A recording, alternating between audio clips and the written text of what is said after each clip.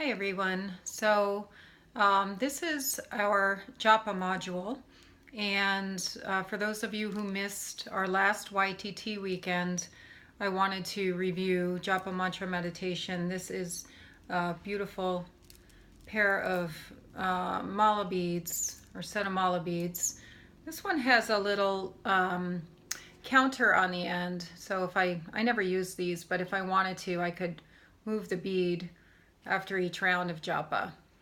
So this is a traditional strand with 108 beads. This is the main bead. I always call it the guru bead. And when we are practicing japa, we work with particular mantras or sounds, whatever it is that you are called to, what vibration or resonance or energy are you called to bring in for yourself at this time, what is needed. So for instance, last weekend we practiced Om Namo Bhagavate Vasudevaya, which means thy will be done, not mine. And essentially what that means on a very practical level is I surrender my ego personality, myself, my small self, my polarized or dualistic self to my divine nature and to God, to divine nature as it comes through me, my higher self. And I let my higher self, my divine self, realign my whole life. So I let go of control so that my highest alignment can be reestablished. So that can sometimes be a little bit of a scary prayer if you're afraid of change. However, change is always for the better when you are praying for the highest alignment. So we'll talk more about all of that. We referenced the Hindu goddess Kali, Kali Ma, as the goddess of destruction and disassembly.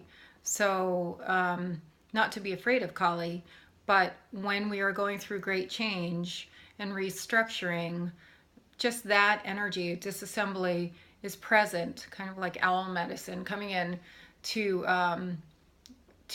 allow us to become the phoenix and then to rise from the ashes into reassembly. So sometimes that's in really small ways in life, subtle changes, and sometimes bigger. If we're mostly on purpose, mostly on our path to alignment, no worries, sometimes the changes are larger. So when you're going through changes or you're wanting realignment or you need help, Om Namo Bhagavate Vasudevaya is a great japa mantra prayer.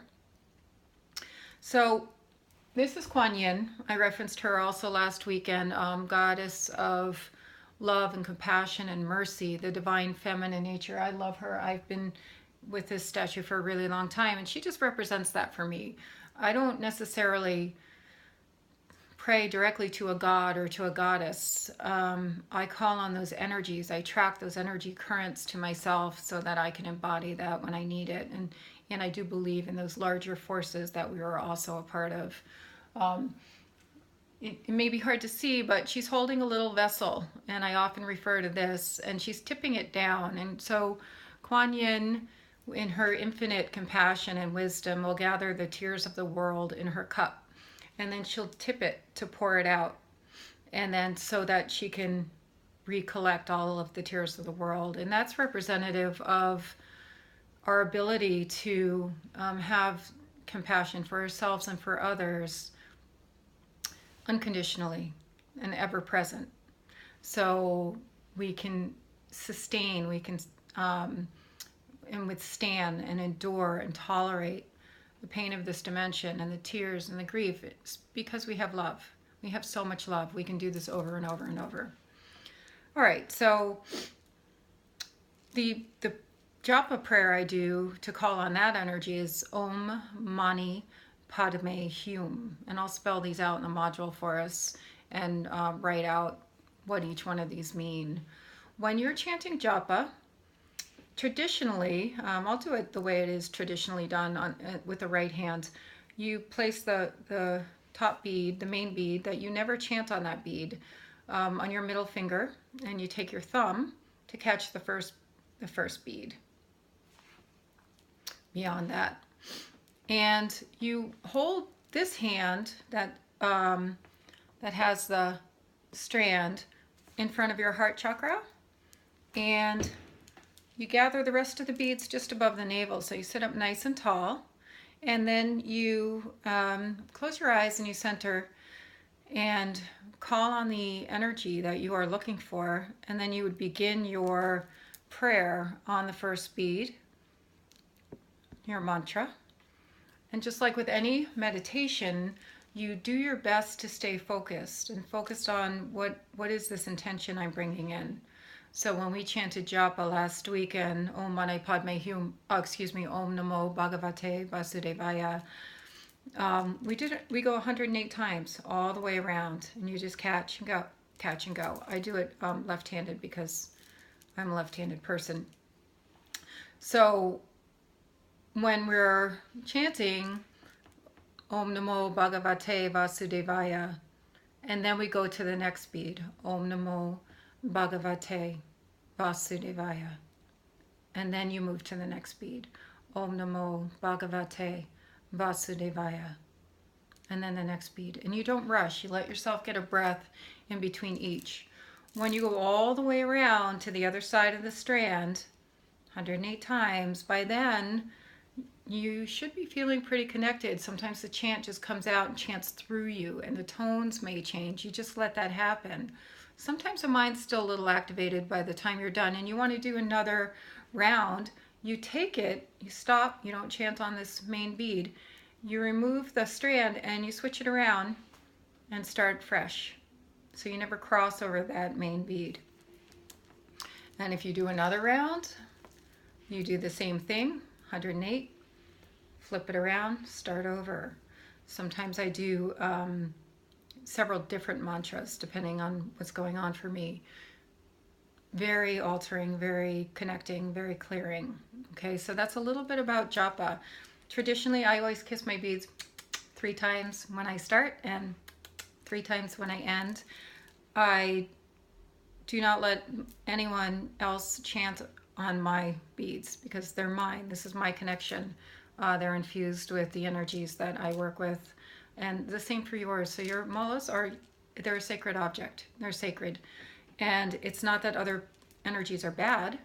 I have several beads. I brought a bunch in last weekend that I share, that lots of people can use. And I love those community beads. And I love to pray on the beads that everyone else has prayed on. That's beautiful. But I always save 1 pair or 2 pairs that are just for me, just my energy and my God. So that's Japa.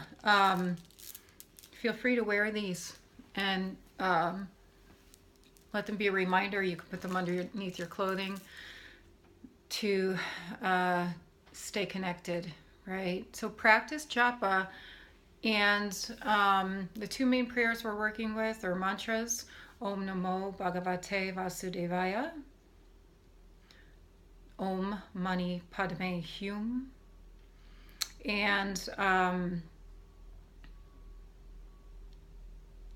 I might post a separate video just doing the chant so that we can chant it together in case you're not familiar. When we are chanting Japa, when we're connecting to a mantra, remember that we are connecting to all of those who have chanted that mantra with singular intention through all of the years, thousands and thousands of years. So this is an infused current of energy, and it no different than we talked about this a lot last weekend, if you're connecting to the news or you're connecting to all kinds of stuff in the world, and all of a sudden you start to feel icky, ucky, yucky, because you're connecting to these currents of polarity, dualism, negativity. These mantra currents also exist. Love exists. These currents exist for us to also tune into, tap into, connect to from the inside out. So that is part of the purpose of Japa. So it is an experience. I can't tell you what the experience will be for you. I know what it is for me.